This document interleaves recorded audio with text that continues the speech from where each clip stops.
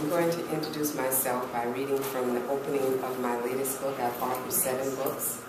The latest is titled Standing in the Majesty of Grace, and that'll help you understand how I got involved in this field of natural healing, and we'll go from there. So while he's setting up my PowerPoint, which is not part of my beginning presentation.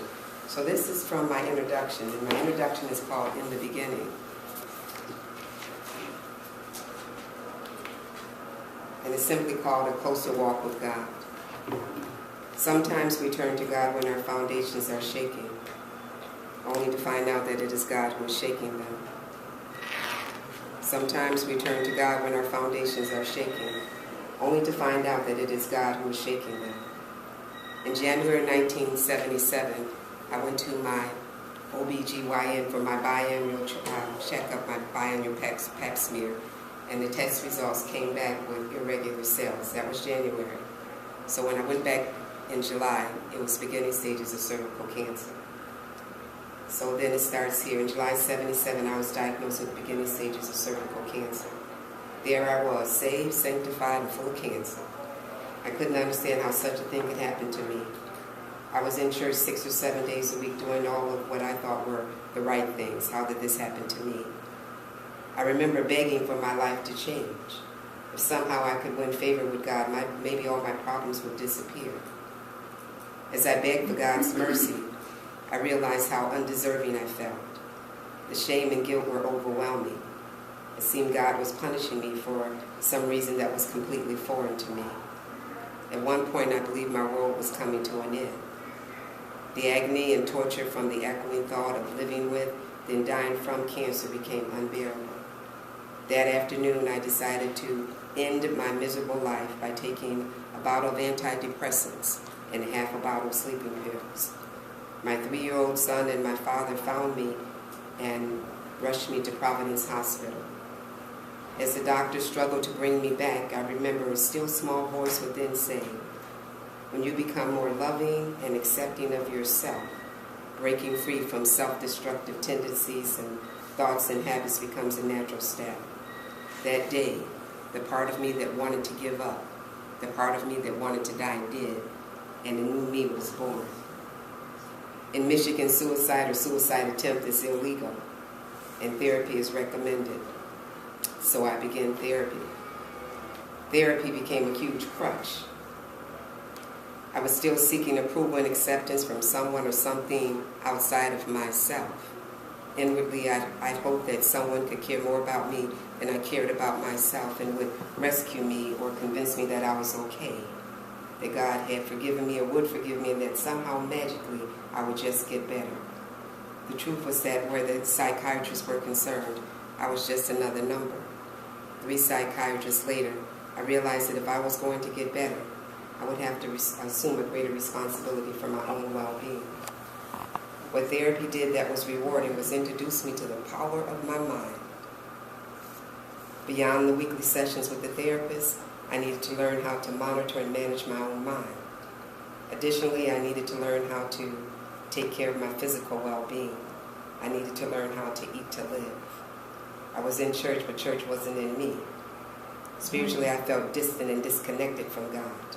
I felt contaminated and unholy. I craved a deeper understanding and a richer, more rewarding relationship with God. I prayed to be allowed to witness and experience the holiness and the divinity of God. As I opened my mind and humbled my heart, God began to reveal His presence, power, peace, order, and purpose to me, in me, through me, and as me. My prayer, God, if you show me how to heal my life of cancer, I'll spend whatever time I have left healing others and teaching them to heal themselves, has led me on a 35-year-plus journey back to wholeness. This book, The Majesty of Grace, offers the path to wholeness, forgiveness, love, and healing that I discovered in overcoming the cancer in my life. It takes you on a journey from victory to victory, from the familiar to the unfamiliar, from guilt to grace, from worry to peace, from anxiety to acceptance, and from the bondage of toxicity to the liberation of love. As I grow wiser, I pray I will be allowed to continue to write and offer the evolution of that wisdom. May the sacredness of God's holy presence bless, enrich, and heal your world. Yours in light, love, and clarity, Dr. Keefa Lorraine Witherspoon. So that was my beginning. And so my story is that there I was, saved, sanctified, full of cancer. How did this happen? Jesus Christ, my Lord and Savior. What did he do? What did he do? What did he know? What did he study? Where did he go? What did he do? So I turned to the World Health Organization just to simply find out who are the healthiest people on the planet. How do they live? How do they eat? You know, what is their concept of spirituality? In 1977, I discovered it was Japan. In the year 2012, it was still Japan. Today, in the year 2013, the healthiest people on the planet are Japanese. I just got back from Japan the day before yesterday. I'm blessed by God to go twice a year on our spiritual pilgrimage with Tsukyo Maikari. So my path to healing took me to four corners of the world. It took me out of my limitation of my belief system. It caused me to, because when your back is against the wall, you humble your ego and you really open your mind and humble your heart and just really are willing to learn something different, right? So I was willing to look at the world differently. I discovered all kinds of things. And one of my passions, because I was so willing to give back, if God showed me how to be able to heal myself, was to help others. And part of that clarity and understanding what I could do to help people was to realize what the word doctor really means. Doctor is a Latin word. The root meaning is educare. The doctors of the future will use no medicine in the treatment of disease, but will educate their patients on the care of the human frame and on the cause and the prevention of disease. Thomas Alva Edison. Yeah. And so doctor means educare, which means to educate. That's why when you go for your PhD, you have to write a thesis, you have to write a book, you have to publish. I had to publish to become a naturopathic doctor.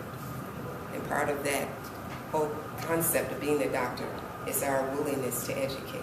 We can master something in our master's degree, which means that we can do it. But when we're willing to become a doctor, we're willing to teach. And so my quest for the last 35 years was to just expand my own understanding by my willingness to share what I learn with others. We expand our own understanding by our willingness to share with others what we come to understand. And we become the living path to wholeness that we advocate. So we, through our living example, are teaching more than what we can verbally say. Because words are only 7% of communication, as we understand the neuro-linguistic programming. It's not my words that are being communicated more effectively right now. It's my consciousness behind the words that people are really perceiving or starting to understand. So I was allowed through these last 35 years to integrate this and move this holistic understanding into almost every segment of our communities in the Detroit area. In holistic health, I was pleased to be one of the first naturopaths that the Michigan Medical Society asked to be a member. When they called me and asked me to be a member, they listened to my show and watched my TV shows all the time, and they asked me if I would be a member. I said, I'm not a medical doctor. They said, we know, and we don't care. We think it's time for us to start to integrate. And so, I've just been on television radio for the last 30 years and just been able to touch so many lives, and so many lives have influenced and touched mine. And we think that we're teaching, but we become the greatest student, because I learn every day through my sharing how I need to change and how I need to grow and how I need to expand. So this quest of really understanding this concept of wellness led me to the East. And it's really interesting because sometimes I have to say, I'm almost ashamed to say that I'm a Christian, because Christians have this very narrow mind and concept of world religion, and we kind of tend to hate everybody because they're not believing or talking like we're talking, but they were not truly living the life of what Christ represented. And so my concept of following what Jesus taught was to go live what he lived and love as he loved and do as he did. And he healed the people, but he also taught. So that was part of my quest and part of my path. And so I've had an opportunity to study many paths and to embrace the paths and to find the common cord or thread that runs through all of them, and to seek to live in that summit of divine truth, because the summit of divine truth in all of the paths is love. So when I talked about holistic health, I realized that it was spirit, mind, and body. We talk about health, but do we really understand where the word health came from and what it really means? Health is a Celtic word. Health has two aspects. The definition of health has two aspects. Health means sacred, and health means wholeness. So whenever we say the word health, because we're infusing this whole concept of sacredness and wholeness in it, we're bringing in this concept of divinity, or this greater concepts of this will of the universe that we call God, right? And so in my quest to heal myself, I knew that spiritually, mentally, emotionally, physically, socially, sexually, financially, my whole life needed to heal. And so we, through that process, have developed a number of different modalities in the Detroit area.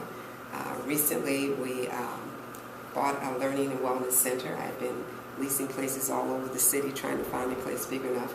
We have a Tuesday class. It's called Transformational Tuesdays. It's really kind of a support class. And we average 150 to 200 people every week in the class.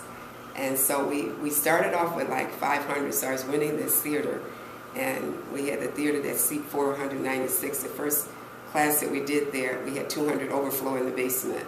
And so we know that in these 35 years, I feel very humbled and grateful to be allowed to be a pioneer in this effort, because in 1977, I didn't have this gift that we're offering here on Capitol Hill. There's something deeper, more profound happening than a few of us in this room. We need to understand that we represent the critical mass of the critical mass, and that because God has arranged and allowed this day on Capitol Hill to happen, this is the core, the nucleus, the seed that is being planted in a magnificent way. And we should not diminish this as some very small thing that's happening here, but realize the magnitude of what this all signifies. That we have been invited here. It says that there is a core of us that needs to come together, like the core came together and formed the Constitution of America. There's a core of us that need to come together and form this holistic chamber of commerce. There's a core of us that needs to come together and make this voice of hope really be profound and magnanimous, so that it's heard across the world. Because truly in the core of our being, that's who we really are. And so as one thing led to another, somehow I got introduced to weight management. Somebody will say, well, you're overweight. No, I'm probably the biggest I've ever been in my life. And I'm probably feeling like I'm really big. I was always traditionally about size 3 or size 5. But somebody said, well, how could you work with weight management effectively? Because I feel like being diagnosed with cancer, emotionally, I weighed over 1,000 pounds. And so it wasn't trying to connect with them in a physical level. It was really connecting with them at the core of who they really are. Because the I of true self is not this body. We're not this body. This body is our temple, our vehicle, our vessel, but we're something greater, more profound, that these cells and tissues and muscles and bones cannot even confine or hold the dynamics of who we really are. And so that's part of what I do, and part of what I teach, and part of what I live, and part of what I am.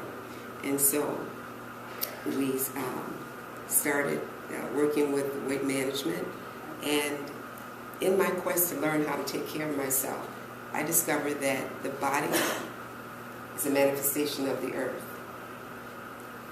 Be still and know, right, that all is God. Be still and know that I am God. That we are blood of her blood, flesh of her flesh. If she's 75 to 80% water, guess what our body wants to be? 75 to 80% water. She's living, she's breathing, she's a living entity, this planet Earth, that we are so blessed to have as our mother and as our nurturer and our provider, right? So our body wants to be 75 to 80% water. Our brain wants to be 95 to 98% water, sitting in a basin of water. If we don't have enough water, we can't even breathe. We don't even recognize the relationship between water and oxygen. Water and our lungs' capacity to breathe. If you go outside and it's cold and you see your breath, it's frost, right? So that frost is moisture, that moisture is water. So when our body becomes dehydrated, we can't breathe properly. So we started the Alkaline Water Company refill station that we call the Water Station. And we had phenomenal growth. In 2007, my dad took out a loan for $15,000 against a house that he and my mom had completed paying for before she died in '97. And I took that little $15,000 investment and invested it in this little 900 square foot building on Woodward Avenue, Main Street in Detroit. And from 2007 to 2011, we took that $15,000 to $1.5 million, and it continues to double every year. And so I say that because we're in a phenomenal time. People are hungry for what we know. They are literally dying to know what we know. And for us to have this information and not be willing to really expand it and take it to the world is probably the greatest sin. I think the greatest sin that I could commit is to die with the knowledge. So I'm always teaching. If there's an ear that's willing to listen, I'm always there. I'm the eternal servant because I understand the power of servant. Mother Teresa said everybody can't be famous, but anybody can be great. Greatness is measured by service. And so I am Detroit's eternal servant, and I've been blessed now to be here in Washington and kind of expanded across the universe. So I'm on radio on Wednesday with Mason in the afternoon. And John Mason is the announcer for the Detroit Pistons. And he coined the phrase, Detroit basketball. You may have heard it, may not have heard it, but that's who he is. And so he's one of the #1 radio hosts in the Detroit area. And he started hearing about my story. They started talking about cancer. Suzanne Summers, they were reading her book on the radio on a daily basis, and the lines started getting flooded. No, you got to meet Dr. Kiefer. You got to meet Dr. Kiefer. You want to know about cancer? There's somebody locally here. You got to know about Dr. Kiefer and this alkaline water. You got to know about what she does. So he got so many calls over a 3-day period. He said, wait a minute, I'm going tomorrow to meet this Dr. Kiefer. Came and we talked, and he understood that I have this universal perspective on wellness and holistic health. And he asked if I would be a guest on the show. And I came as a guest the first show. And on the first show, he asked if I would be a regular. And so one thing led to another, and I'm on with him on Wednesdays. I'm on my own TV show on Fridays for the last 30 years. I'm on Saturdays. And then starting February 17th, we go to a major network in Detroit. And so we just kind of take it step by step as we learn in Sukyo Mayakari. And we're going to a major network, and we're going to be on WADL TV. But all of those can be seen on the internet worldwide. So let me show you my little presentation here. In 1989, I met a woman that weighed 810 pounds. She hadn't been out of the house in 6.5 years. The doctors had given her 3 to 6 months to live. She had massive tumors on her body. The largest tumor weighed almost 100 pounds. When she was 8 years old, her uncle raped her. He raped her almost every day till she was about 10 and a half. He lived about 3 doors down, and he would watch when her parents left, and when her parents left, he would sneak down to the back door, and he raped her almost every day, almost daily. She was about 10 and a half. At 10 and a half, he got her pregnant. They did an emergency abortion and hysterectomy on a 10-and-a-half-year-old. I met her 21 years later. She said, I hate him, I'll never forgive him. And I said, and you'll never heal. Because I learned too from Louise Hayes. Because you have to be willing to forgive in order to heal. So I started to work with her. And she was taking 17 different medications. She had high blood pressure, diabetes, arthritis, and bone cancer.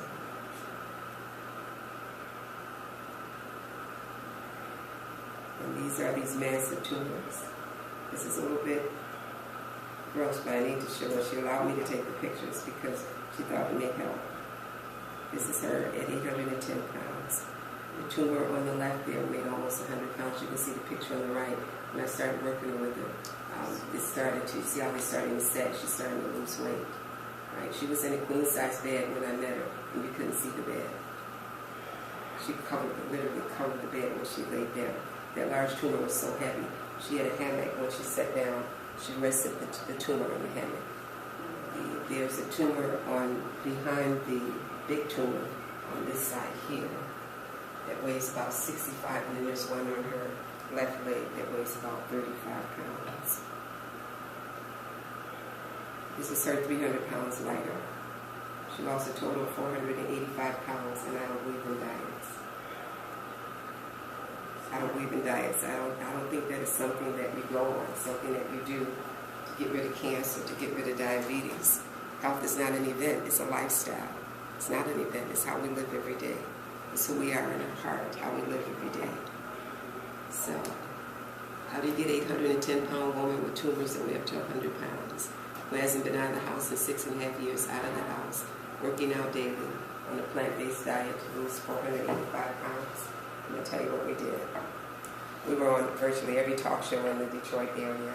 We even got a call. I personally got a call from Geraldo's network to come on. And he wanted me to come on and debate natural health, holistic health against traditional medicine, and I refused to go. I refused to go because if I'm living this, I don't need to debate it. You know, for me to debate it means that I don't believe it myself. So I don't want to be have it be turned into a circus because it was too serious. When I was on one of the talk shows with some of these women that we saw in the previous slides, I'll come back to that. When I was on a talk show with some of these women that we saw in the previous slides, we ended up with a 2.5-year waiting list. And I know that life is not a spectator sport, it's full participation and non-existence. So we had a few people in the class that signed up and they were just spectators. Now back in 1985, $485 for a 6-week class was $495 for a 6-week class was kind of expensive. But the size of our center then was only such that we could only take like 25 people at a time. So we ended up with a 2.5-year waiting list, but I cut it off after that because I didn't feel comfortable having people wait 2.5 years because so many people were waiting to be a part of our program. If you weren't serious, I just gave you your money back and asked you to leave. If you weren't serious, I mean, you know, if we gave you an assignment and you didn't do it, if you didn't participate, then I realized that you weren't ready yet and somebody needed your seat. Yeah, but we persevered. This is Ursula here. She's 685. But this woman here with the loss of 485 pounds, she lived 11 years longer than they said she would. She died in the year 2000. And how do we do it? Motivate and inspire, educate and empower. First thing is to help people realize that you are not your body. That you're in the body, but you're not the body. And so when we have people start to look at their problems as something that's happening to the body, like we have emotions, but we're not our emotions. And so we get a chance to really process our emotions, and we get a chance to overcome them. So I'll conclude with saying, with holistic wellness programs and processes that work, we have a 12-week, 90-day transitional process of dynamic change. And it's offered in 7 13-day intervals. And the reason why we do a transitional program, and in the Detroit area, we couple with the Detroit Medical Center, Sinai Grace Hospital, for the November's campaign to say no to soda pop. And we had all kinds of schools and students participate all across the Detroit area. And for our participation, we decided that we were going to give them a little incentive. We had a 3-tier contest going. And the first level, the third place prize was $100 cash. Second place was $500, and first place was $1,000. And it was just before Christmas. And young people can think of all kinds of things they can do with $100. So you can imagine what they said they would do if they had $1,000. So they really got involved. But one of the things they had to do to participate was to say no to soda pop. So we ended up at the Ben Carson Medical Pre-Med School. We ended up at the Barbara, I'm saying her name, Brenda, saying her name wrong, Academy. We ended up in all the schools, many of the schools in the city of Detroit. And the students really want the program. But part of the problem with bringing this to our school system is funding. And so we say that people should have a right to choose. So when Judy Kosovich asked me if I would come and participate, I said absolutely. Because we know that we have produced some results that are absolutely phenomenal. And if some kind of way, through our educational process, this kind of information can be made available to our students, not just in the Detroit area, across our state, across our country, across the world, right? Because we have solutions, we have answers. Detroit last year was the fattest city in the nation. This year we were surpassed by Mississippi. So this is just some of the things that we advocate that people do. And it's just some statistics on things that are associated with high blood pressure, obesity. This is a clinical study that I did on obesity. The lady in the black here used to weigh 810 pounds. Leslie sitting here is 600 pounds here. She used to be 200 pounds bigger than that. So that is my presentations. I have some flyers on drkifa.com.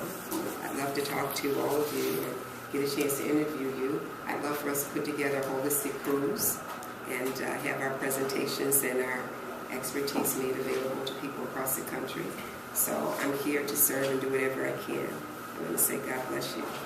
Get connected, motivate and inspire, educate and empower, and stay connected. God bless you.